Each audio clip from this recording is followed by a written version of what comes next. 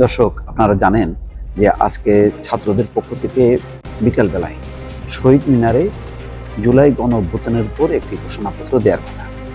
এটি নিয়ে একটি টানটান উত্তেজনা রাজনৈতিক অঙ্গনে।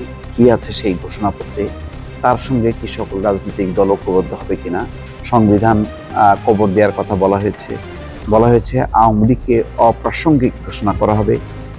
এইরকম মৌলিক একটি যে নীতি নির্ধারণী বিষয়ে ঘোষণাপত্র প্রকাশ করা হবে বা পেশ করা হবে, তার সঙ্গে সকল রাজনৈতিক দল কি সহমত আছে নাকি এর বিরোধিতা আছে, এটি আবার নতুন রাজনৈতিক সংকট তৈরি করে কিনা, এই নিয়ে যখন কি রাজনৈতিক অঙ্গনে আলাপ আলোচনা চলছে, ঠিক সেই সময় জরুরি প্রেস ব্রিফিং করেছেন প্রধান উপদেষ্টার প্রেস সচিব। তিনি বলছেন, জুলাই গণঅভ্যুত্থানের ঘোষণাপত্র তৈরি করবে সরকার। তাহলে কালকে কি হবে, অর্থাৎ আজকে কি হবে, আজকে শহীদ মিনারের কি ঘোষণাপত্র হবে আর সরকারের ঘোষণাপত্র কি হবে? তাহলে আজকের যে ঘোষণাপত্র তৈরি হবে সেটা কি শুধু ছাত্রদের, তার সাথে কি সরকারের কোনো সম্পর্ক নেই বলেই কি সরকার বলছে যে তারা আলাদাভাবে ঘোষণাপত্র তৈরি করবে?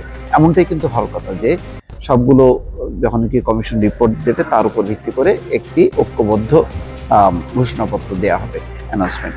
কিন্তু যেহেতু ছাত্ররা একটি ঘোষণাপত্র দেওয়ার কথা বলেছে এবং সেই ছাত্রদের কিছু অংশ তারা সরকারে আছে, সরকারের বাইরে আছে, এবং বাইরে থাকলেও তারা সরকারের অংশ হিসেবে কখনো কখনো সেই কার্যক্রমগুলি করে, ফলে একটি মানুষের মধ্যে একটা পারসেপশন যে এর পেছনে হয়তো সরকারের একটি সমর্থন আছে।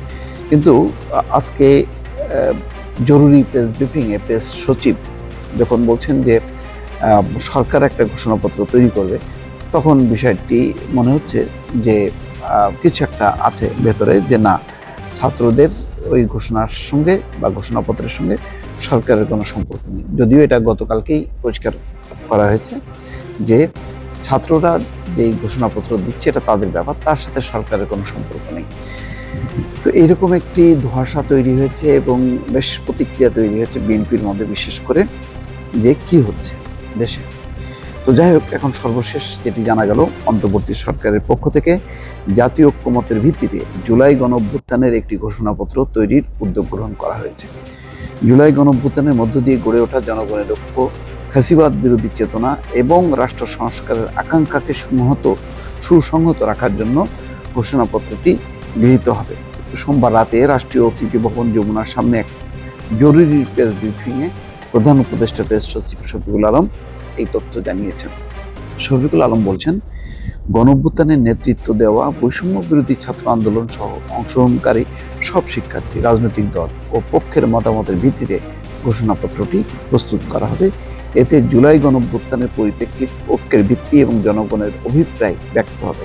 শফিকুল আলম আরও বলেন, আমরা আশা করছি সকলের অংশগ্রহণের মাধ্যমে কিছুদিনের মধ্যে সর্বসম্মতভাবে এই ঘোষণাপত্র প্রস্তুত করা হবে এবং জাতির সামনে উপস্থাপন করা হবে। আমি মনে করি যে এটা একটা সঠিক অবস্থান, যে ইতিমধ্যে মাঝখানে ভারতের যে ভূমিকা ছিল বাংলাদেশের ব্যাপারে, তার বিপরীতে কিন্তু সবাই মিলে একটি ঐক্যবদ্ধ প্রধান উপদেষ্টার নেতৃত্বে ফটো সেশন হয়েছে। ঐক্যবদ্ধভাবে তারা চলবেন, ঐক্যমত একটি প্রতিষ্ঠিত হয়েছে, সেই মর্মে কিন্তু একটা ঘোষণাও দেওয়া হয়েছে। তারপর ছাত্রদের এই অবস্থানের কারণে কিছুটা একটা দ্বিধাদ্বন্দ্ব বা ধোঁয়াশা তৈরি হয়েছে। আজকে সরকারের পক্ষ থেকে এই ঘোষণার পর অন্তত সরকার নিজের থেকে যথেষ্ট পরিমাণ আলাদা করতে পারলো যে না, অন্য যে যাই ঘোষণাপত্র দিক না কেন, সরকার যে ঘোষণাপত্র দেবে সেটাই হবে সবার পক্ষ থেকে, অর্থাৎ সরকার কোনো দলের কোনো পক্ষের না, সেটি হয়তো প্রমাণ করার জন্য এমন একটি কথা দর্শক সামনে আনা হবে। ভালো থাকবেন। আল্লাহ হাফিজ।